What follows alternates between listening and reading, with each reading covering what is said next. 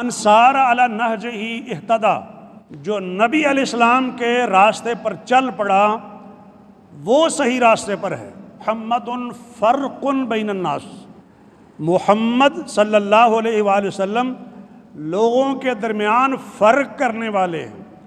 مطلب یہ ہے کہ حق پر کون ہے اور باطل پر کون ہے۔ جو ان کے راستے پر ہے وہ حق پر ہے، جو ان کے راستے کے خلاف ہے وہ باطل پر ہے، کوئی بھی نام اس کا ہو۔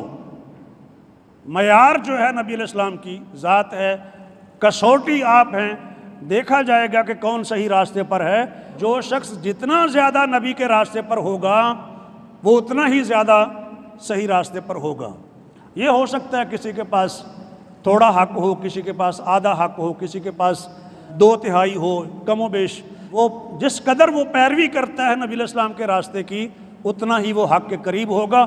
اور اگر کوئی 100% پیروی کرتا ہے نبی علیہ السلام کے راستے کی، عقیدے میں بھی، عبادات میں بھی، اخلاقیات میں بھی، اعمال میں بھی، معاشرت میں بھی، معیشت میں بھی، سیاسیات میں بھی، تمام معاملات میں اگر کوئی شخص مکمل طور پر پیروی کرے نبی علیہ السلام کی تو وہ 100% ہدایت پر ہوگا۔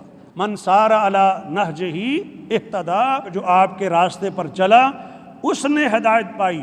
اور قرآن نے بھی اس کو کہا ہے، سورۃ الانعام میں 10 نصیحتیں ہیں جو آیت نمبر 151، 152، 153 میں بیان کی گئی ہے، سورۃ نمبر 6 سورۃ الانعام، اور اس میں تیسری آیت 153 الانعام اللہ تعالیٰ فرماتے ہیں وَأَنَّ هَذَا صِرَاطِي مُسْتَقِيمًا، یہ بہت ساری ہدایات دیں اور آخر میں کہا کہ یہ ہے میرا سیدھا راستہ۔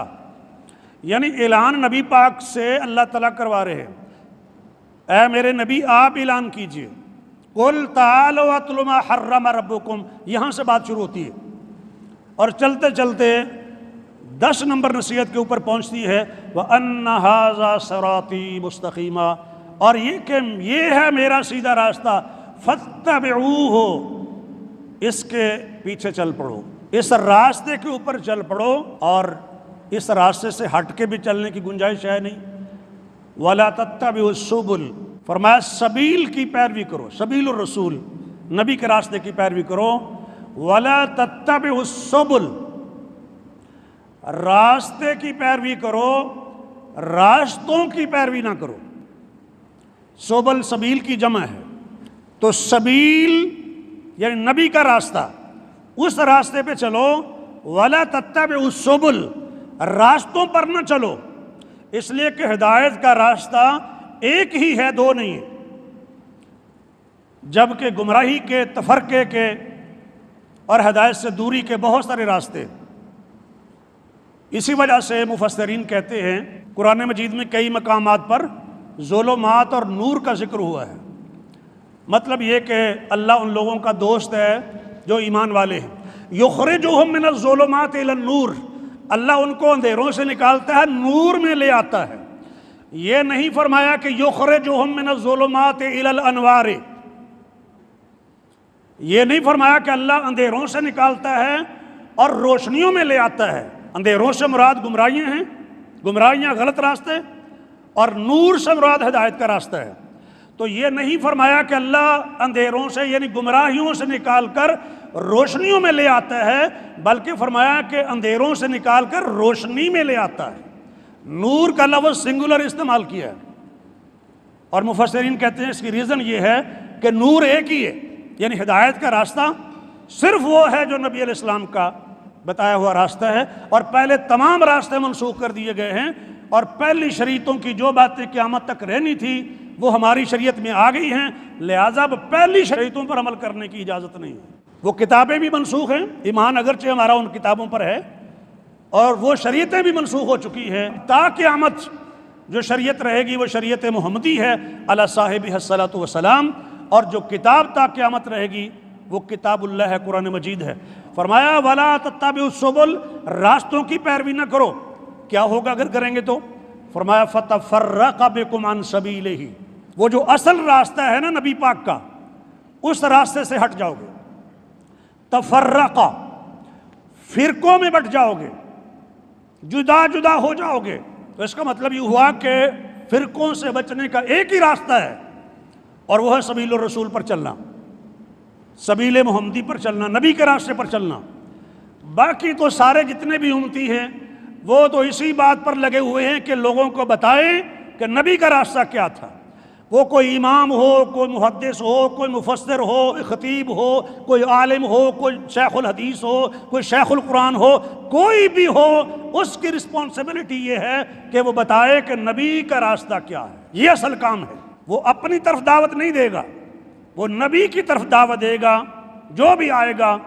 اور یہی نمونہ ہے ہمارے سامنے ائمہ دین کا بھی، ائمہ دین کا، علماء کا، صلحاء امت کا، فقہاء کا، اصفیاء کا، اتقیاء کا، اولیاء کا، جو وارثان انبیاء ہے ان کا یہی راستہ ہے۔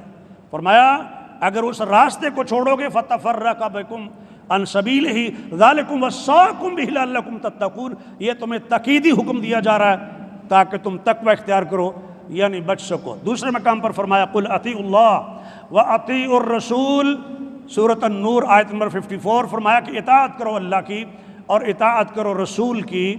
فَإِن تَوَلَّوْا، اور اگر یہ لوگ پھر جاتے ہیں یعنی اطاعت کی طرف نہیں آتے ہیں، فَإِنَّمَا عَلَيْهِ مَا حُمِّلَ، تو نبی کی وہی ذمہ داری ہے جو ان کو دی گئی ہے، وَعَلَيْكُمْ مَا حُمِّلْتُمْ، اور تمہاری ذمہ داری وہ ہے جو تمہیں دی گئی ہے، وَإِن تُطِيعُوهُ تَهْتَدُوا، اور اگر تم رسول کی اطاعت کرو گے تو ہدایت پاؤ گے۔ وَمَا عَلَى الرَّسُولِ إِلَّا الْبَلَاغُ الْمُبِينُ، رسول کا تو بس کام ہی یہ ہے کہ واضح لفظوں میں پیغام پہنچا دے، منوانا ان کا کام نہیں ہے، بتانا اور پیغام پہنچانا ان کا کام ہے، اور امت کے علماء کا بھی یہی کام ہے۔